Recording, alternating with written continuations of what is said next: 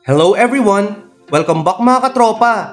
Namiss ko na talaga ang chicken pastil kasi yung suki ko sa Univille hindi na nagtitinda kasi mahal na raw ang manok. Saktong-sakto kasi hindi na ako kailangan lumayo. Nandito lang pala sa tapat ng Old Provincial Capital ng Nueva Ecija, malapit sa Nueva Ecija National High School, dito sa Freedom Park at the heart of Cabanatuan City. Ito ang Sol Coffee, Pastil and Matcha. Galing ang Sol sa inspirational phrase na Slice of Life. Owned and managed by Miss Sara Palomo kasama ang kanyang mami na si Ma'am Doris na napaka hands-on din. Wow na wow talaga ang kanilang chicken pastil overload na sa halagang 99 pesos ay may dalawang rice ka na, chicken pastil, sunny side up egg at dalawang hotdog. May slice pa ng cucumber na napaka healthy. Para sa mga diet conscious naman, may chicken pastil sandwich sila na overload sa halagang 59 pesos para sa chicken hotdog. At 69 pesos naman para sa Hungarian sausage ang kasama. Samahan mo pa ng fruit drinks na refreshing. May fruit bits pa at nata na habang humihigop ka pampatanggal ng uhaw ay may mangunguya ka pa na slices of fruits. May available din na refreshing lemonade.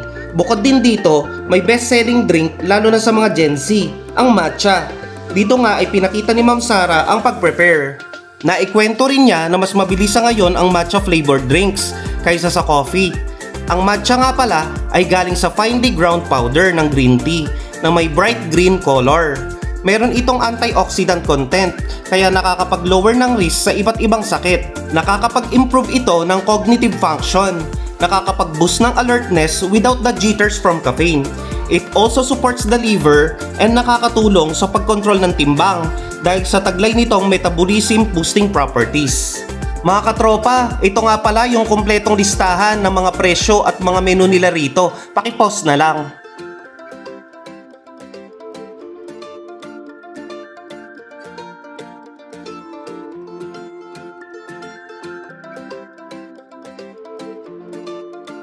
Buy one take one din ang kanilang chicken pastil na may dalawang rice. Talagang sulit busog sa mga budget meal conscious na mga empleyado at mga estudyante. Si bro, tinikman na niya ang chicken pastil. Mukhang nasasarapan siya at namiss niya ang lasa. Sakto yung linamnam at anghang, sabi niya.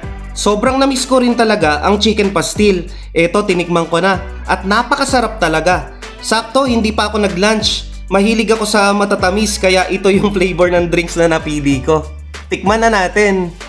Kay bro naman, health conscious din siya kaya yung lemonade ang panulak niya. Tinry din natin itong overload na shawarma sandwich. Ang sarap at may halo pang lettuce. Nag-fruit soda na may lychee flavor din tayo. Napaka-refreshing talaga. Nakaka-inspire dahil nag-start sila sa photography business nung pandemic.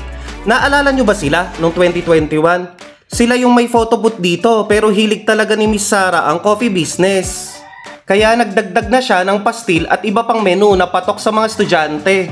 May payo nga rin pala siya sa mga kabataang gusto pasukin ang pagnenegosyo. Ang sabi ko lang po is, huwag po kayong matakot na mag-risk kasi alay nyo po biglang mas lalong makatulong yan. Mas lalong baka maging step nyo para maging successful kayo. Kahirap po siya pero kakayanin nyo yan. Okay ma'am, thank you. Kaya kapag nagawi kayo rito sa Freedom Park, punta kayo at mag-food trip. Hanapin nyo lang ang pwesto ng Sol Coffee and Pastil at sabihin nyo na panood nyo rito sa vlog natin. Maraming salamat po sa owner and sa mababait na staff ng Slice of Life or Sol Coffee, Chicken Pastil and Matcha.